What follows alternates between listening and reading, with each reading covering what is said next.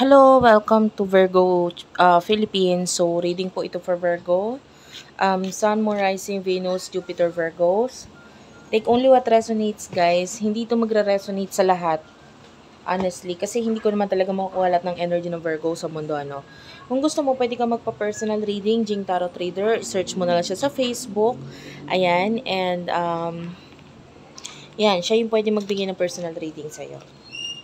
Kung gusto mo naman, pwede kang pumunta doon sa akin TikTok shop. Meron akong particular bracelet doon. Ayan, pag in-avail mo yung bracelet na yun, may free siya na palm reading.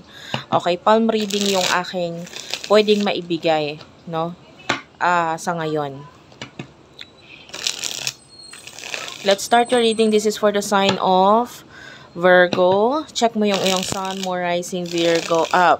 Sun, Moon, Rising, Jupiter, and Venus, Virgo. Let's start your reading, Virgos. Kapalaran sa pag-ibig, career, mga messages na dapat mong malaman. Okay. Let's start your reading. Virgo. Situation ngayon ni Virgo. Your situation right now, you do have here the Death card in reverse. Ayan, this is your situation. I feel like ngayon may mga bagay ka na hindi mo matapos-tapos, hindi mo maalisan. Gusto mo nang tapusin pero hindi pa matapos-tapos.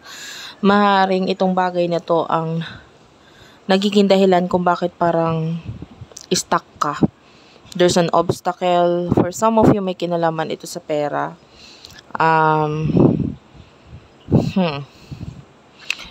I feel like yung iba sa inyo, may mga kakulangan. Yan, pagdating sa usaping financial. And you do have here the Five of Swords in upright. And it says here, sometimes the victory is not worth the price, no? And nakakita tayo dito ng conflict. May mga kinakatakutan ka dahil dyan sa conflict na yan. Pwedeng kinakatakutan mo na malaman, kinakatakutan mo na mangyari. Yung iba sa inyo, may mga nangyari na kinakatakutan mong, or may mga ginawa na kinakatakutan mong gawain in the past. Pero nangyari na ngayon eh. Wala na tayong magagawa. Parang ganun. And I can see na hindi ka makaalis-alis dito. You are being unsuccessful. There's a lot of negativity sa sitwasyon mo ngayon. And nandun pa rin yung pagpupursige mo. Pero maraming negative kang kinakaharap ngayon. Alamin natin ang situation ng iyong person pagdating sa love. Gagamit ako ng ibang card, no?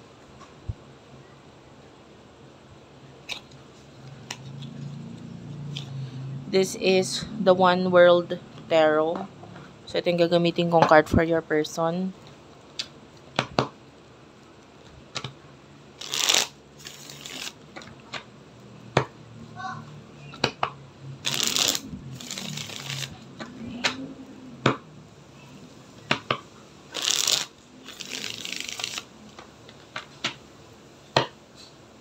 Wait lang, guys. Okay, sorry about that. What do we have here for the sign of Virgo? Person of Virgo, please. Person of Virgo, Sun, Moon, Rising, Venus, Jupiter, Virgos. Sun, Moon, Rising, Venus, Jupiter, Virgos. You do have your Queen of Wands. Wait lang, guys. Okay, sorry about that. Queen of Wands. Knight of Cups is here. Seven of Swords. Okay. There's this person na I feel like umiiwas siya eh. Hindi siya masyadong nakikipag-communicate sa'yo. Nakikipag-connect. Itong person nito, meron siyang Queen of Wands energy wherein siya ay yung tipo ng tao na parang gustong makausap ka, pero umiiwas siya. I don't know why. Pero nakakita tayo ng wishy-washy behavior dito sa person na to with the magician. Parang ang hirap niyang makausap dahil hindi naman din siya nagiging honest sa kung ano yung intention niya, kung ano yung gusto niya sabihin talaga, etc. Parang ang hirap po lang kasiguraduhan dito sa taong to kung ano ba talagang gusto niyang mangyari. Nagigets mo yun? Yung parang, okay, ganito yung sinasabi nitong taong to, pero totoo ba yung sinasabi niya sa'yo? Ganon. This person is not being honest. Tapos ngayon may pag-iwas pa na ginagawa.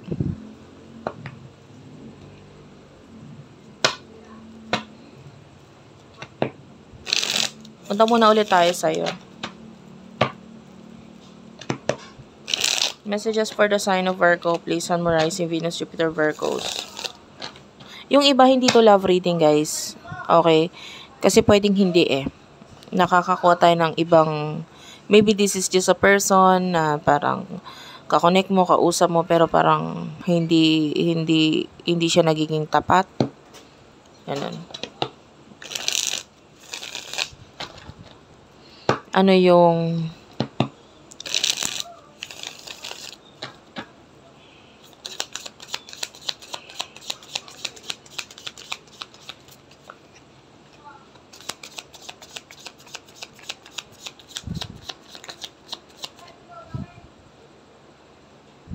yan, these are the messages for you. Ten of Swords, the Chariot in reverse. Both are in reversal. Actually, this is an advice for you din na huwag ka masyadong magmadali regarding sa pakikipag, like if you are planning to sign a contract or something, basahin mong mabuti yung laman ng kontrata, etc. Huwag ka masyadong magpadalos-dalos sa mga gagawin mong desisyon, especially kung may kinalaman sa pera. You do have here the Magician in reverse. And the Queen of Pentacles in reverse. So, lahat reversal. Ngayon, nakikita natin dito, you're trying to recover, no, from something na parang nawala sa'yo. And kung ano man itong unsuccessful na nangyari sa'yo, maybe business, career, etc., hindi siya nag-work out, naging unsuccessful, tinatry mo pang makarecover dito. And I feel like, nakakita tayo dito ng corruption. So, some of you pwedeng nakaranas ng mga hindi magagandang experience sa work, sa career. May mga nakuha sa'yo, like, I can see possible na nanakaw, ganyan. Na, this is not actually karma, pero some of you, pwedeng kaya nangyari sa yun is because of mga maling naging decision mo or hindi ka nga masyadong nag-focus sa mga detalye, okay? Maybe na yung iba, no, possible na scam, na nagkaroon ng pagkakamali, decision, etc. na hindi naging maganda sa'yo. Okay? You have lost something na importante para sa'yo. And now, you do have the Magician in reverse. Ngayon, you're feeling weak. Wala kang kakayahan. You're feeling like insecure, no? Hindi ka okay. Dahil sa kung ano yung pinagdadaanan mo, medyo malaki yung nagiging epekto sa'yo nito. And the way I see this, hindi ka pa makapag-decide ngayon sa kung ano yung, I'm seeing Capricorn, by the way. So, maaaring hindi ka pa makapag-decide ngayon sa kung ano yung gusto mong gawin or dapat mong gawin. Maybe for some of you, nagpapakita ito ng pagiging moody mo, no? Kasi nga, hindi ka pa makapag-decide. Ngayon, yung iba, pwedeng nagkakaroon ng attitude, naiirita ka sa paligid, sa bahay, ganyan. And you're not okay, yun lang. By the way, sorry about the noise, no? Maingay kasi na ang katabi ko po ay terminal ng tricycle, so pagpasensyahan nyo na lang. Anyway,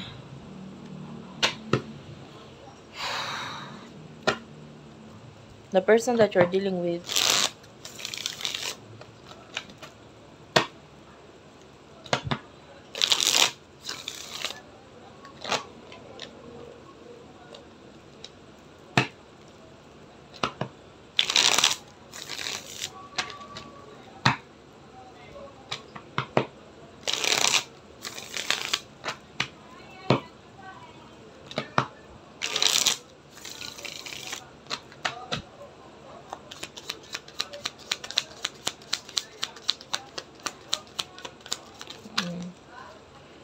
Three of Cups is here. This is Three of Cups, Ace of Swords, and Four of Pentacles, Taurus, Virgo, Capricorn, Cancer, Scorpio, Pisces, Gemini, Libra, Aquarius. Okay, so sa nakikita natin dito, your person.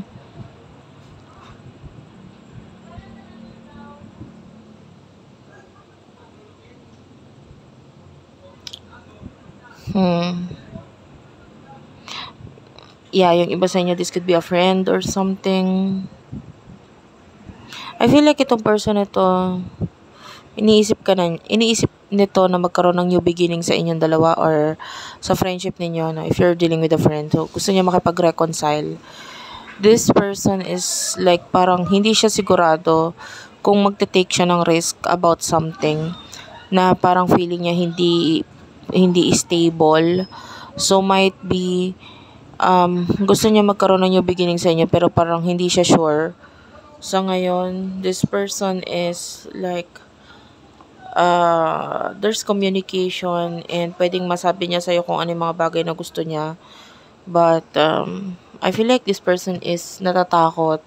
Or might be kung may love related dito, this person wants connection with you. Gusto niya ng reconciliation pero parang feeling niya hindi magtutuloy itong connection na ito into, love or hindi magkakaroon ng relationship. So parang gano'n. Nakikita niya yung potential na magkakaroon ng reconciliation kaya lang baka masaktan lang ako kasi baka hindi magtuloy ito sa relasyon. Masayang lang yung oras mo, masayang lang din ang oras ko, parang gano'n. So this person is unsure. Pero this person is iniisip ka talaga niya. Okay? So, what will happen in the future for you? Sorry about the noise, guys. Medyo maingay talaga sa background ko ngayon. No? What is the future for you?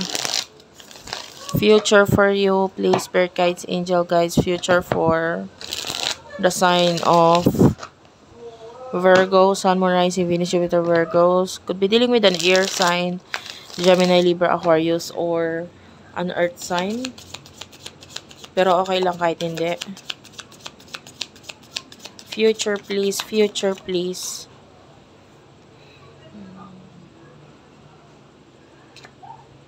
You do have here the Five of Cups. This is Scorpio.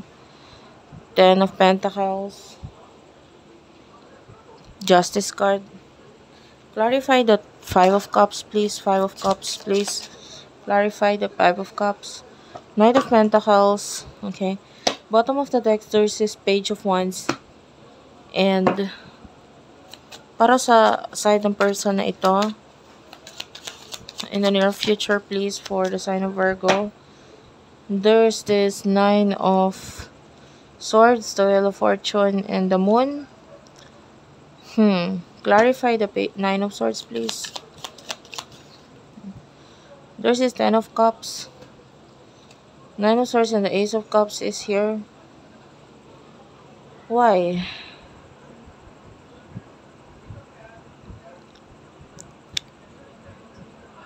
I feel like there's this responsibility in the near future. Responsibilidad in the near future na parang mawawala. Like, pwedeng, ito yung maging dahilan kung bakit ikaw ay malungkot. I can see sadness and grief. And I feel like yung person mo ganun din. Meron din siyang sadness and grief and problemang nararamdaman. But I can see big change sa connection ninyo. This could be a spiritual connection. For some of you, I feel like yung iba sa inyo, hindi nyo kasi mapipigilan ito na mangyari eh. Kung ano man ito. There's this success for you in the near future, lalo na pagdating sa larangan ng iyong career, sa iyong pera. There's definitely a success. Pero may mga kailangan kayong i-give up. May mga kailangan kayong alisan or alisin, okay, sa buhay ninyo para may sakatuparan itong success na ito. I feel like there's this bad news, hindi magandang news regarding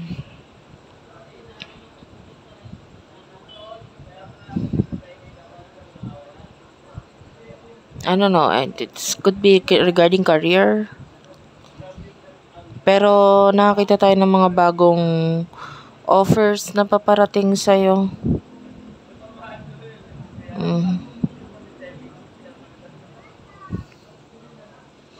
Tell me about the bad news, please. Spirit guides, angel guys, bad news. The bad news has something to do with the bagay na ayaw mong mag-end. Parang ayaw mong i-end itong bagay na to, pero like, pwedeng may mga nagpo-push sa'yo na i-end mo ito. You do have here the Fool. I feel like you have a lot of pag-aalala or care dito sa bagay na to, kaya hindi mo siya i-end. So maybe with the Seven of Cups in reverse, there's this distraction. No, may success sa'yo, kaya lang yung possible na makapagpalungkot sa'yo is ang dami kasing nakikigulo na hindi na dapat makigulo. Alam mo yun, pwedeng nakikialam, etc. For your person, nakakita tayo dito ng stress kasi gusto niya mabago yung sitwasyon, guys. I feel like this person really wants to reconcile with you. I feel like this person naiintindihan niya na kung ano yung sitwasyon ninyo, naiintindihan na niya yung mga hindi niya ginawa at dapat ginawa niya.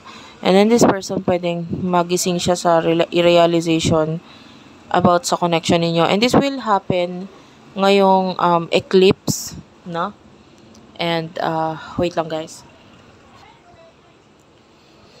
Okay, sorry about that. So anyway, nakakita kasi tayo ng actually the eclipse will happen on April 8, 2024.